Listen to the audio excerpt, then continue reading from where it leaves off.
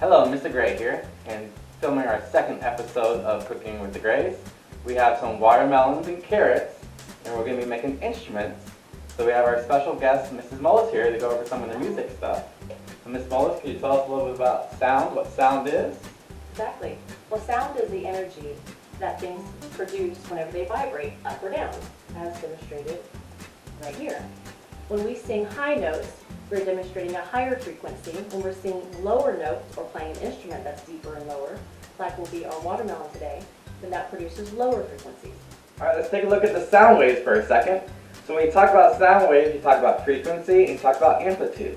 So frequency is how fast it's going.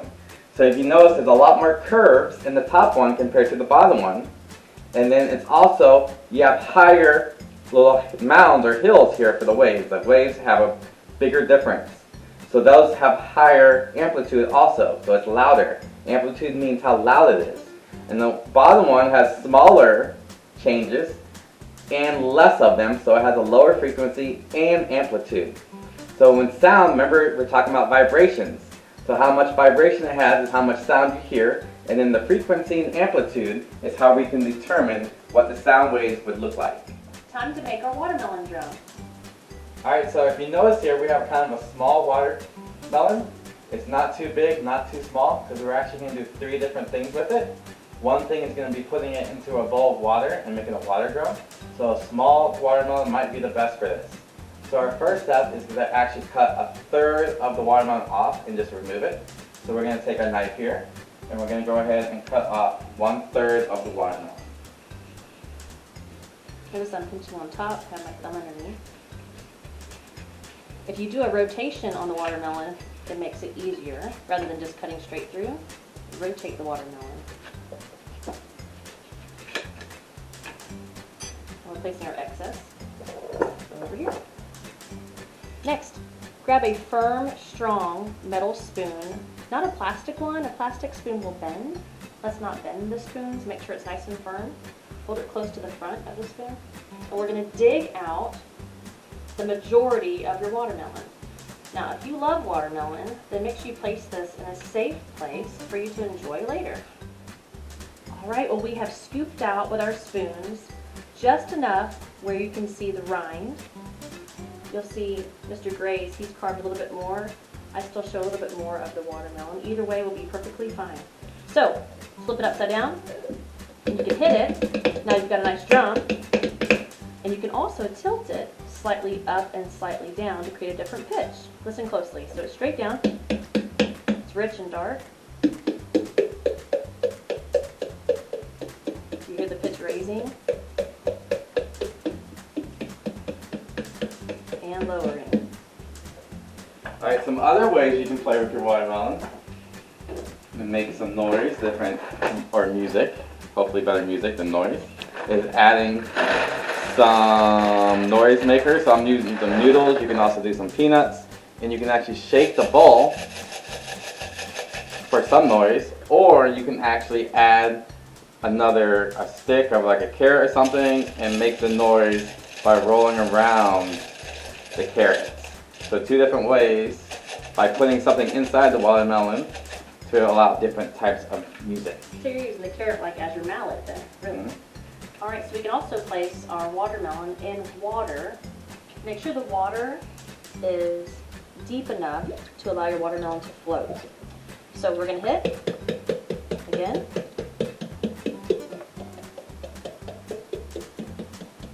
So similar effect to the table, but slightly different too. Mr. Gray, you want to step in and Yep. use So, some again, you can use different tools. I can use different fingers, so I can use my thumb and a middle finger real quick, and I can go back and forth for different noises.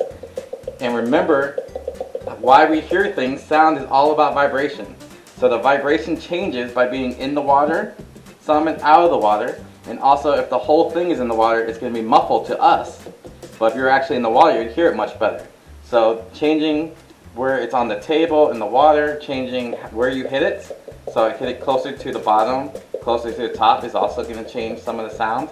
It's all about where the vibration is going to happen and how much vibration is going to occur for how much you hear.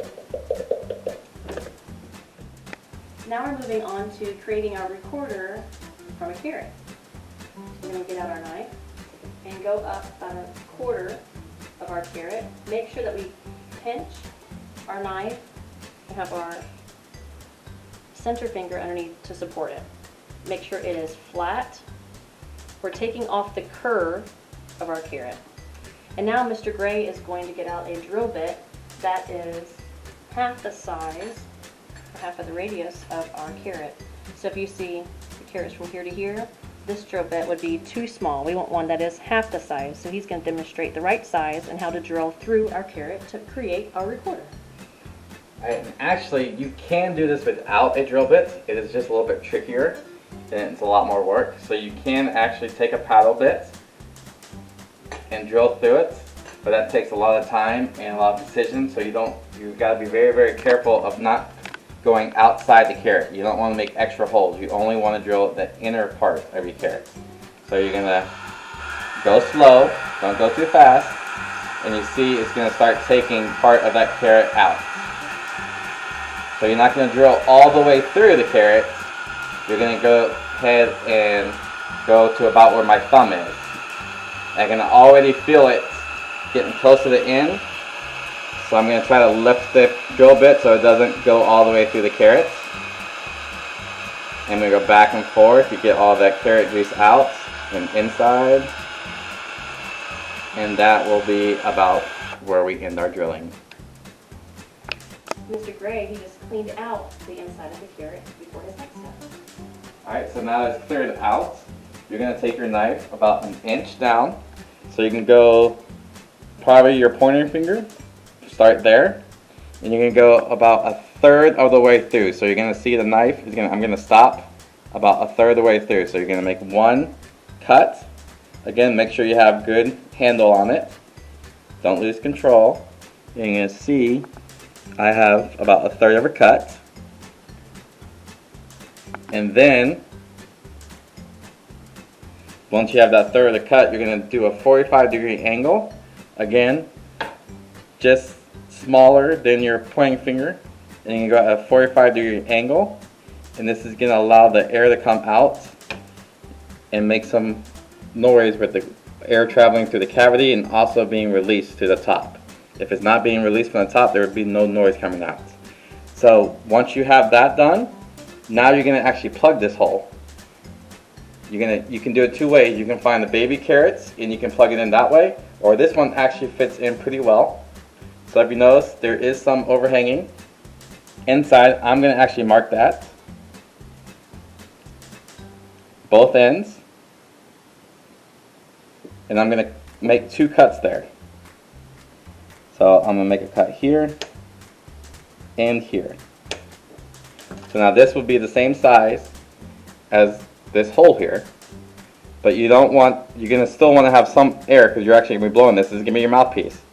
So you want some air coming in, so you're going to cut a small portion, probably about a fifth of the top off, so you can blow into it. And now you're going to stick this plug into the piece to make your mouthpiece. So you see it's going to continue on this cut to here.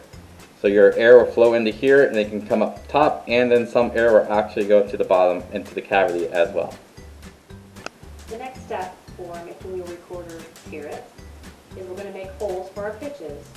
Where Mr. Gray just cut here at the 45-degree angle, we're going to go down 1 inch. We're going to drill another hole another inch and another inch. We're going to create 3 holes right here. So he's changed his drill bit to something that will make a direct hole. And it's much smaller now. So you see our original drill bit that made the big first cavity, and now we're going to be putting the smaller holes that our fingers can cover. So in line with this, about 1 inch down. Make sure do not go through the carrot completely, just go into the cavity. So you should feel a small void right there where you end up going into the cavity. Before passing through all the way. So now, I'll go down a little bit further. It doesn't take much. I'm not even putting the drill on completely, but I do want to have the hole hollowed out completely. And then we're going to do one more, probably about here.